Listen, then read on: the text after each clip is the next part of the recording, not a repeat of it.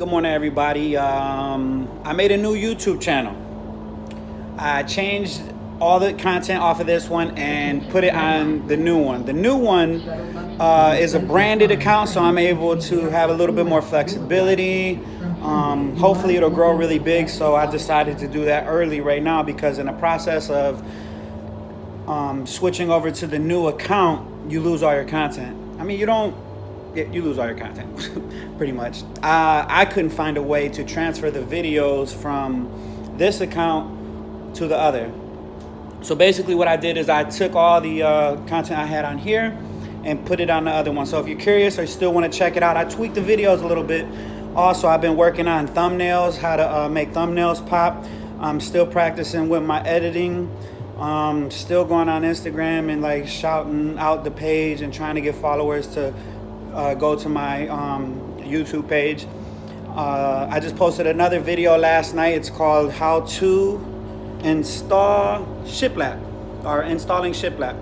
So I'm installing some shiplap on the exterior of a house I'm rehabbing, and hopefully you go over there and support it. I'm gonna keep this channel active too, in case I want to do any odds and ends videos. Me and my coworker was recently in the Puerto Rican parade for RTA, so I recorded that, stuff like that, you know what I'm saying? That ain't got nothing to do with how-to videos or reviews or anything like that. So, you know, miscellaneous stuff I'm gonna throw on this page. So you can stay subscribed to this one, show some love to this one still too, but also go check me out, Tony's How-Tos and Reviews on my Instagram. The link's in the bio, so go check it out. And hopefully you guys show some love, show some support, and comment. You know, every time you comment on my YouTube channels or give it a thumbs up, YouTube picks up an algorithm and, you know, sees that you're interacting with people. People are commenting, so it's much more than just did you watch it or anything like that. Be active. It'll help me, you know. So being active and stuff like that, hopefully I'll be able to grow enough to where I'm able to get better, you know, in terms of like editing and you know, showing people what they want to see. Hey, for example, hey Chuck, I didn't, you know, how do you install an outlet? How do you fix an electrical outlet? I've been thinking about stuff with PEX Plumbing, how to make plumbing repairs, leaks with no solder, no thing, you know, just PEX. They got something called PEX. It's a plastic pipe rather than the copper that you might see in the basement. But I was just talking to a coworker yesterday, and he told me that he paid like $185, 200 bucks, let's round it up, to a guy to come fix his piping that was leaking. He had a leak on a shutoff valve that was going to his water hose outside. So in the basement, it was leaking. It was an old ball joint one, and I explained to him how easy it was. It literally took longer to cut the pipe than it would to make the repair with the right stuff. So for example, in something like that, a leak, I mean, literally all he had to do was cut the pipe, clean it, and use a shark bite. I forget I'm drawing a blank right here. Every time I start recording, it's kind of funny. Every time I start recording, I start stuttering and like trying to sound.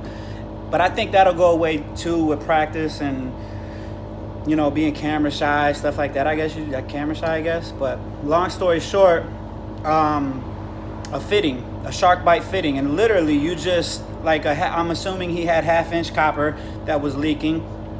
Shark bite makes valves that literally just plug and play, damn near, I guess you could call it. No soldering, no nothing. You stick it on there after you clean it, make sure it's cool, like snug, and it won't come off. You'll need a special tool. Well, not a special tool. It's a little washer looking thing to take the valve back off, but it's literally that simple.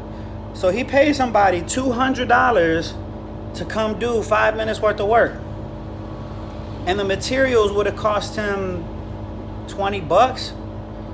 So it's stuff like that I'm shooting for, that I'm aiming for to help people out. But I don't know what you guys want to see unless you tell me.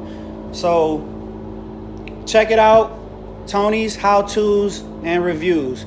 So I'm going to be posting or working on my next little video. A lot of people still have gasoline powered lawnmowers. I have a 40 volt Ryobi lawnmower and some outdoor tools that I'm going to be reviewing. I let my front yard get really overgrown, so you could see if you're guessing or thinking about going battery operated, the benefits, the pros, the cons, things like that. I ain't been to the gas station for a little gallon of gas in 2 years. I don't change oil. I don't change spark plugs. I don't pull no strings to try and get it to start. None of that. It's all gone. And it works just as well as a gas. So there might be some people still skeptical. Does the lawnmower really work that well? It's just a battery. The batteries are expensive though. That's the downside. The batteries are expensive. You're talking $70-$80 for a one battery. Even 120 for like a 5 ampere hour battery from Ryobi. They're expensive, but the upside is you charge them, you're saving money on gas every time you go there. $3 a gallon. I mean, it adds up quick. You saving money in that aspect, so that's the upside. But I got some footage of me doing the front lawn. The tools I used, or I'm gonna throw out there with the review, is a Ryobi edger, the lawnmower, a pole saw, and I did a little bit with the blower, but I don't know if I got any footage. It was a lot of work though, but nevertheless, that's gonna go up on my other channel because it's a review. So go check it out. Tony's How To's and Reviews. Hope y'all have a good day. Peace.